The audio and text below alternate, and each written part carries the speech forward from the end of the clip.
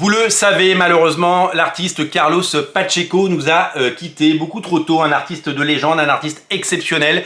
Il nous en a mis plein les yeux, il nous a fait rêver. Je me souviens ce qu'il faisait chez Marvel dans les années 90, la série Excalibur, la série Starjammer, la série Bishop, puis le X-Universe dans l'ère d'Apocalypse, mais évidemment son run historique sur les X-Men, puis sur les 4 Fantastiques. Je me souviens de la façon dont il dessinait les mains, ses poses, c'est tout simplement fabuleux. Ensuite il est parti chez DC Comics, vous le savez, il a fait notamment du Superman. C'est un artiste qui a véritablement baigné notre culture comics et qui a été là à tous les grands moments de l'histoire. Dans sa carrière, il a réussi à faire sa propre série, publiée chez Wildstorm au départ, dans le label Cliffhanger de Scott Denbigh. Et il a lancé sa série avec le légendaire Kurt Busiek. Kurt Busiek, c'est un scénariste que j'adore, c'est un scénariste absolument fabuleux. C'est un scénariste qui m'a apporté énormément et je trouve qu'à chaque fois qu'il écrit quelque chose, eh bien, ça, bien entendu, nous ramène à ce qu'on aime chez les comics. C'est-à-dire qu'il a un amour pour les comics et en plus il sait écrire, ce qui ne gâche rien.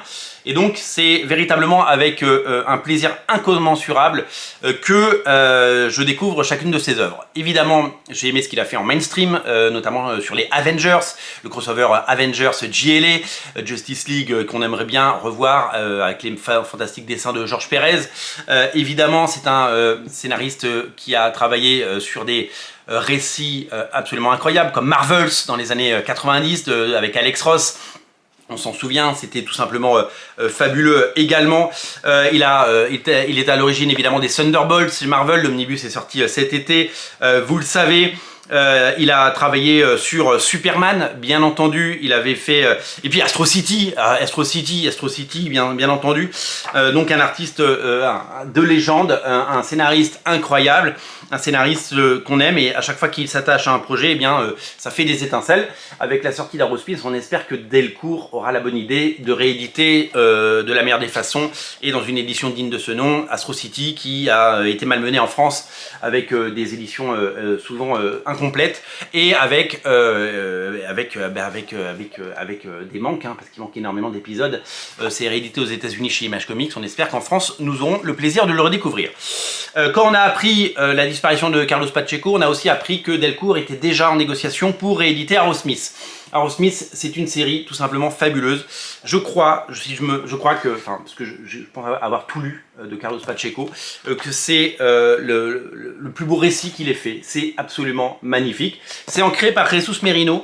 Ensemble, ils ont fait un travail exceptionnel. Et je trouve que Carlos Pacheco, sans Jesus Merino, qui est devenu ensuite dessinateur, que vous connaissez, c'était un peu moins bien. Ensemble, ces deux auteurs ont fait des pages magnifiques. C'est tout simplement exceptionnel. Les plans, les poses, tout est génial. C'est de la grande bande dessinée et c'est tout simplement le travail qui restera. C'est tout simplement génial. L'histoire se passe en 1915 dans un monde en guerre et dans un monde où la magie, les dragons existent tout simplement. Et donc c'est un savant mélange de récits historiques, évidemment à la sauce fantastique, nous allons suivre évidemment le destin d'une unité d'élite aérienne, d'escadrilles de combattants basés dans les airs et qui donc avec leurs dragons vont de mission en mission. Vous allez découvrir ce récit que je vais relire avec plaisir, que j'ai lu il y a quelques années et que j'ai la chance d'avoir dans d'autres éditions.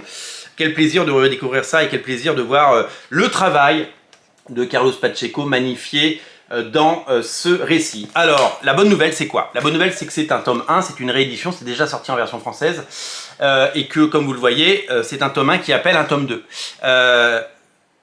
Le second tome d'Arrowsmith c'est sorti il y a 2 ans aux États-Unis, et il devrait donc arriver très prochainement en France. Puisque le but est de ressortir le tome 1 et surtout sortir l'inédit, le tome 2. Et ça fait plaisir parce que c'est un peu le revoir d'ailleurs de Carlos Pacheco.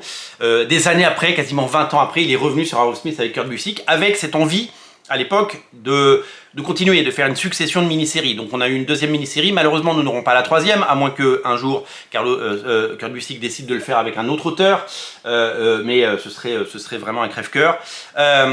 On aura un tome 2, et ça fait plaisir, un tome 2 inédit.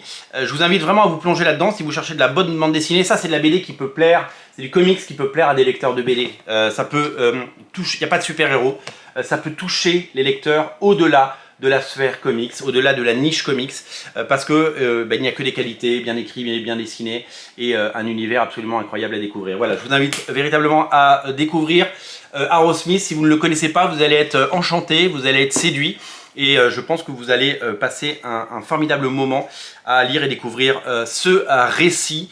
Vraiment, lisez-le, c'est tout simplement fabuleux.